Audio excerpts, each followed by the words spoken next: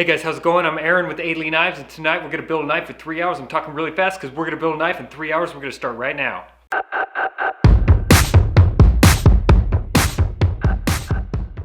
Timer has started. We're on the clock. Here we go. 1084 bar stock. All right. I'm just going to freestyle on that, guys. Jump on the grinder. Oh, we need a belt. We need a belt. Give me a good fresh 36 grip belt here. I'll hog off material real fast. There we go. Make sure it tracks. Good. All right. I just saw Eric over at the Rivers Experience do a Wharncliffe blade. I've never done one before, so let's do a Wharncliffe. Here we go.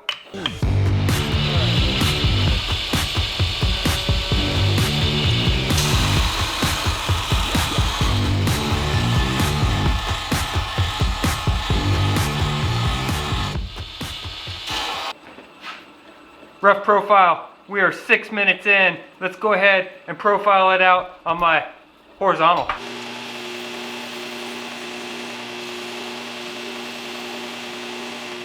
So there's some parts of this process that you really don't want to rush, especially laying out your pins and things like that. That's something that's going to definitely show up when your knife is finished. So I took the time to lay out the pins in the exact locations that I want them. Let's go ahead and get them drilled on the drill press. Yikes! I almost forgot to see what size pins I'm going to put in this thing so I could choose a drill bit. I got to choose a pin. Here we go. What do we got here? We got black, we got white, we got canvas. Ooh, jade. Let's do that. Jade, micarta. No, let's not do jade. Let's do... Here's some black. Like burlap micarta. That'll go good. That'll go good in whatever handle I choose, because I haven't chose my handle scale yet. 1, 2, 3. And it fits. Okay, on to the next thing. This is another thing that you really don't want to rush. We're going to go ahead and mark out the edge. Scrape off any burrs. Throw some layout fluid on here. Thin layer because we want it to dry fast, because we're working fast. We're going quick. All right, turn off my surface plate. Grab my height gauge. We are 15 minutes, 49 seconds. Let's get going on this. Wait. I'm gonna put the bevel jig on there so that the bevels angle forward. I feel like I should start the forge now and get it starting to warm up, because right after I get these bevels ground, we're gonna heat treat this bad boy. We're trying to maximize our time, so let's light the forge. Let's go.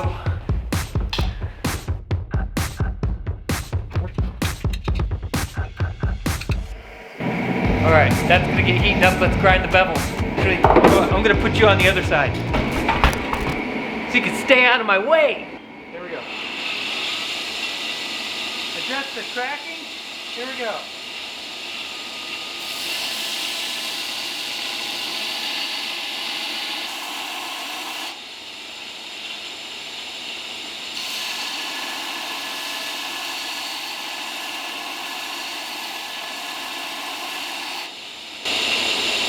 Look at that knuckle smoking. Do you see that knuckle smoking? Ooh-wee!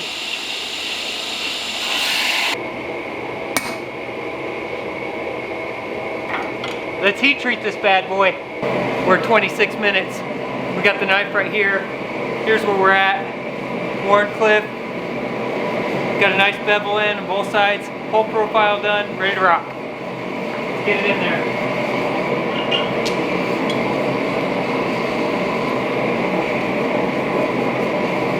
We're going to heat the handle first.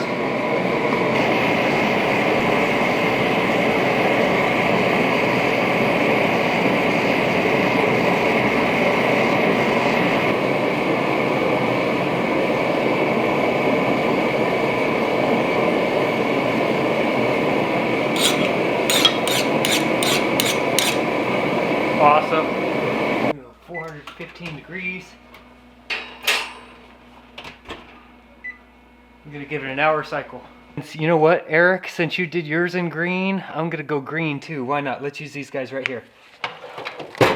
Listen, I realized that I made a mistake. I pulled the knife out of the oven as fast as I could before I tempered it so I can get these handle scales mocked up so that I can work these while this is in the temper cycle. So what I'm gonna do is I'm gonna lay this on the handle material, I'm gonna take it to the drill press, I'm gonna pop my holes in it with my pen stock so I can locate those holes, and then that way I can throw this back in the tempering cycle and I can work these handle scales in the time that this is tempering.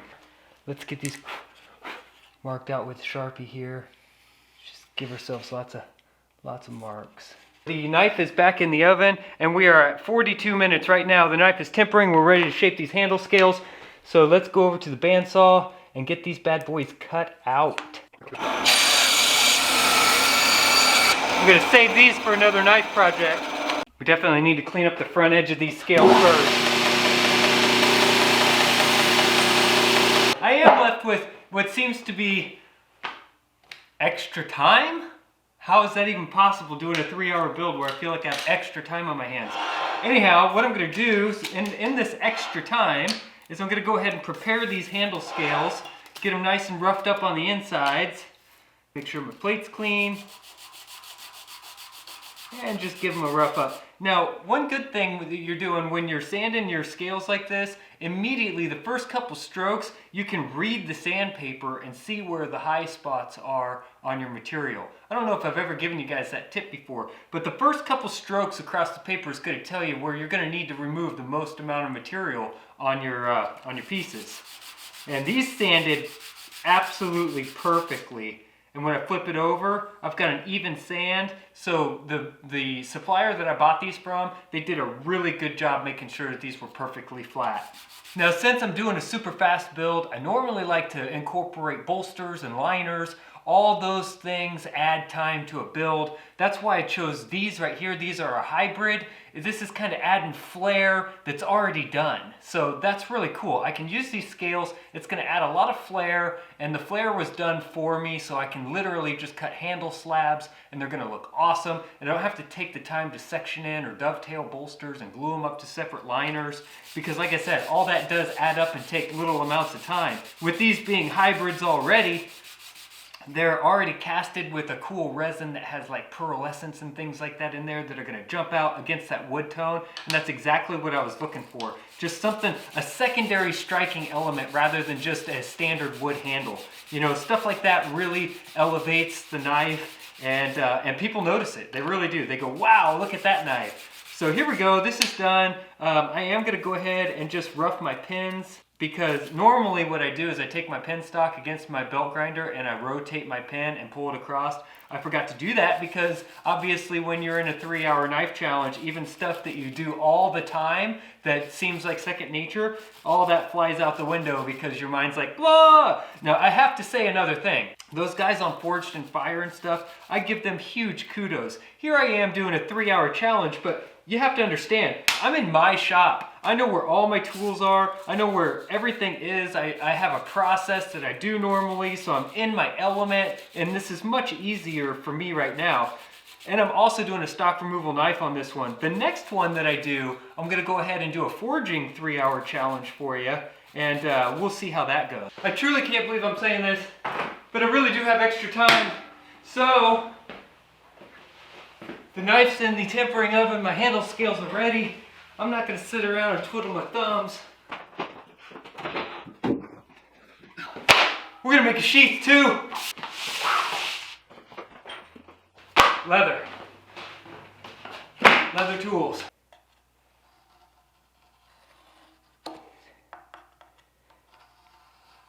We can scoot all this stuff out of the way here. Put this here. All right, so here's our sheath right here. Not bad, huh? Not bad. I'm gonna run a groove across the bottom, and this is gonna be where our stitching is. Everything's gonna line up just fine. We're gonna go there and there. Now really, to save time, instead of stitch this, I could have run rivets through it, but I have just enough time, I think, to where I can comfortably stitch this before my knife comes out of heat treat. So now always start your stitching wheel in a corner. You want your stitching to end up in a corner. You know, if you start it at the top towards the corner, it probably won't line up perfectly to hit the corner right. Okay, there we go. Now I'm gonna go over and pop these holes in the drill press. Now I have switched over to a diamond awl instead of a drill bit, and I just put it in the press and I punched the awl through all these holes and it works really well.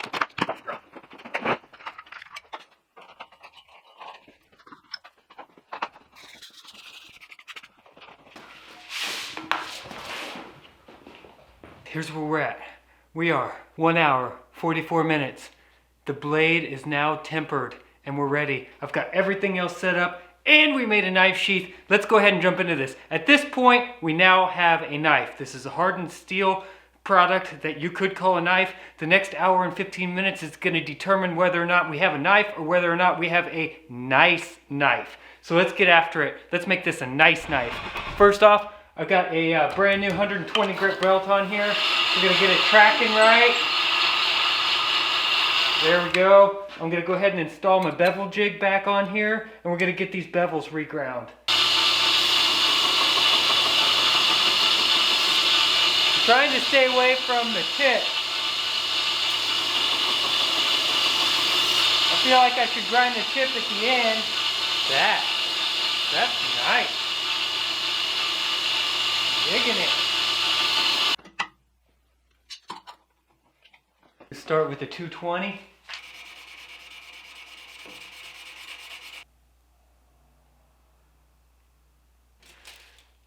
Now what do? I gotta wait for that to set up because there's nothing I can do for a minute. I have, it looks like 31 minutes left and this epoxy is taking forever. It's 5-minute epoxy. It's been 3 minutes. Why isn't it dry yet? Come on!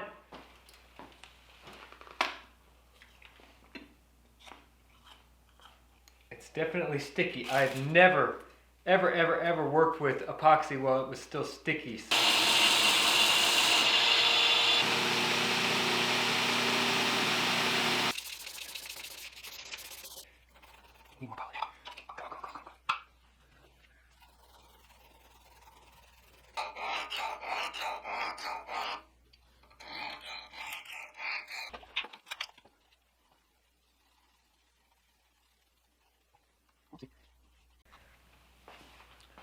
Well, that was harder than I thought it was going to be. I did run into a whole bunch of different little roadblocks along the way. I certainly never expected to have the time that I had to make this sheath.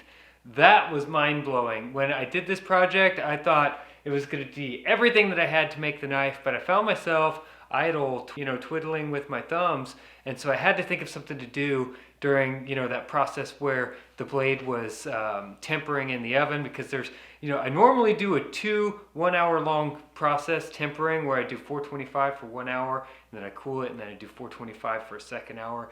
This knife, I did 425 for 1 hour. It seemed to work out just fine.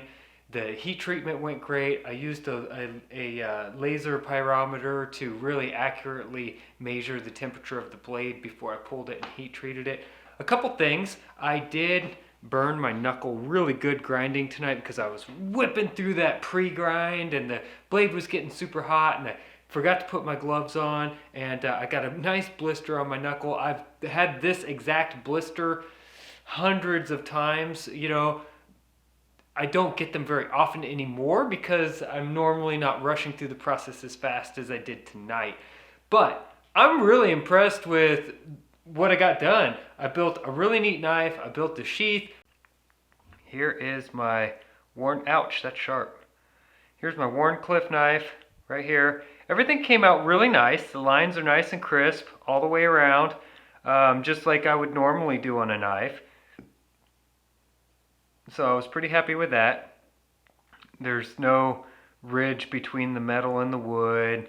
All my angles are good, and tapered the scales to the front. Oh, I got a little booger right there.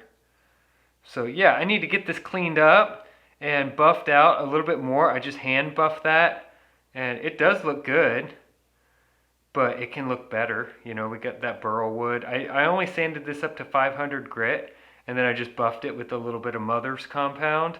And I think it looks great, but it could be a little bit better. You know, for a 3-hour knife, that's awesome. I'm super pleased with that. I did a hand rubbed satin finish up to 500 grit, and that finish came out really nice. Definitely got it all the way up to 500 grit. I'm excited to do a forging project in 3 hours. Can you do it? Let's see what you guys can come up with in 3 hours. Have you guys ever tried a 3-hour challenge? This is the first time I've actually ever committed myself to coming out here in the shop, setting a timer, giving myself 3 hours, and giving it a go. So, I don't know, what do you guys think? Tell me in the comments below, and if you guys like the build videos or tutorial videos, I might put a link right here.